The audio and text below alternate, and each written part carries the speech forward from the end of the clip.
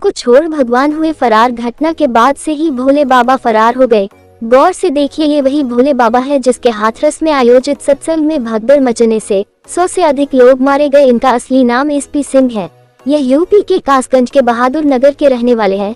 SP Singh police गुप्तचर विभाग की नौकरी छोड़कर मोटी कमाई के लिए भोले बाबा बन गए। घटना के बाद फरार हो गए। कोई टोने टोटके उपाय या किसी पाखंडी की पर्चियां काम नहीं आती हैं।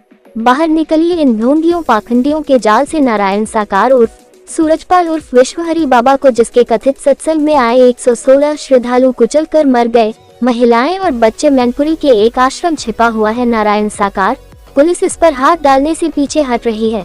जिसके सत्संग में आए लोग काल के गाल में चले गए, वो यहाँ छिपा बैठा है। आश्रम में काफी संख्या में उसके अनुयायी भी जमा है। अभी तक बाबा पर न एफआईआर हुई और न उसको पूछने पुलिस पहुंची। हाथरस में जिस सत्संग में भगदड़ मची और 116 लोगों की मौत हो गई, उसमें संत भोले बाबा प्रवचन दे रहे थे। बाबा मूल रूप से कासगंज जिले की पटियाली के बहादुर नगर के रहने वाले हैं और उनका नाम साकार विश्वहरी है। बाबा बनने से पहले वह पुलिस के गुप्तचर विभाग में नौकरी करते थे। बाद में उन्होंने नौकरी छोड़ दी और कथावाचक बनकर भक्तों की सेवा का काम शुरू किया। वह अपनी पत्नी के साथ सत्संग करते हैं और पटियाली वाले साकार विश्वहरी बाबा के नाम से जाने जाते हैं। उनके सत्संग में हजारों की संख्या में लोग आते हैं। उत्तर प्रदेश के हाथरस में भगदड़ से पूरा प्रदेश क्षुब्ध है। हादसे के बाद एटा के जिला अस्पताल में 27 शव पहुंचे हैं, जिनमें 30 महिलाओं के और 3 बच्चों के एक व्यक्ति शव हैं। वहीं घायलों का अनुमान नहीं लगाया जा सका है। मरने वालों का आंकड़ा अभी और बढ़ सकता है।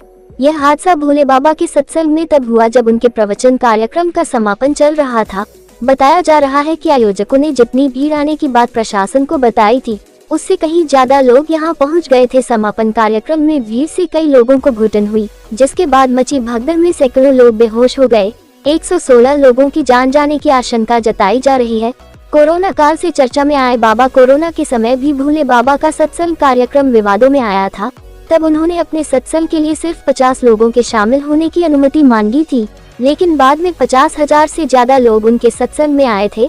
भारी भीड़ के चलते प्रशासनिक व्यवस्था चरमरा गई थी। इस बार भी कहा जा रहा है कि कार्यक्रम के लिए जितने लोगों के शामिल होने की बात प्रशासन को बताई गई थी, उससे ज्यादा लोग जुट गए थे। यूपी के अलावा अन्य राज्यों में प्रभाव भोले बाबा ने अपना वर्चस्व एटा, आगरा, मैनपुरी, शाहजहांपुर, हाथरस समेत कई जिलों में ही नहीं, इसके अलावा पश्चिमी यूपी से सटे मध्य प्रदेश और राजस्थान, हरियाणा के कई जिलों में इनके समागम लगते हैं।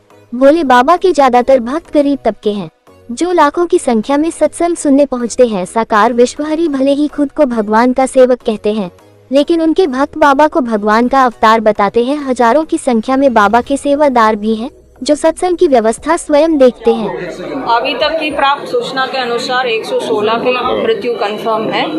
18 लोग घायल हैं। विभिन्न जनपदों में मुख्यालय जो हमारा अलीगढ़ है, वहाँ पे इन लोगों के लिए उच्चतर इलाज के लिए हमने प्रेषित कर दिया है। कार्रवाई क्या हुई अभी तक? अभी ये प्रारंभिक जांच चल रही है। एफआईआर भी तो हुई है मैम। उसके लिए भी यहाँ पे प्रारंभिक जांच की जो रिपोर्ट आ जाएगी, उसके अनुसार संबंधित अधिकारी के खिलाफ में कार्रवाई की जाएगी। प्रारंभिक जांच रिपोर्ट आने के पश्चात ही नियमानुसार अगर जानकारी तो मैम होगी, अनुमति तो है। अब ये प्रारंभिक जांच ही बताएगा कि पूर्वानुमति उन्होंने लिया है एसडीएम से भी और पुलिस से भी। वहाँ पे क्या सीएम का इनपुट मिला आपको? हाँ जी, सीएम का इनपुट मिला आने का? किस बिंदु पे? कल सुबह यहाँ आने का है कुछ? अभी तक मैं तो आप ही के सामने हूँ, मेरा व्हाट्सएप भी नहीं एडीजी और यहाँ के मंडलायुक्त महोदया के द्वारा इसकी पूरी जांच की जाएगी और 24 घंटे के अंदर जो रिपोर्ट आएगी उसके आधार पे प्रशासन कार्रवाई करेगा। सर अभी कोई एफआईआर दर्ज की गई है? सर अभी कोई एफआईआर दर्ज की गई है? कैजुअल्टी कितनी है टोटल?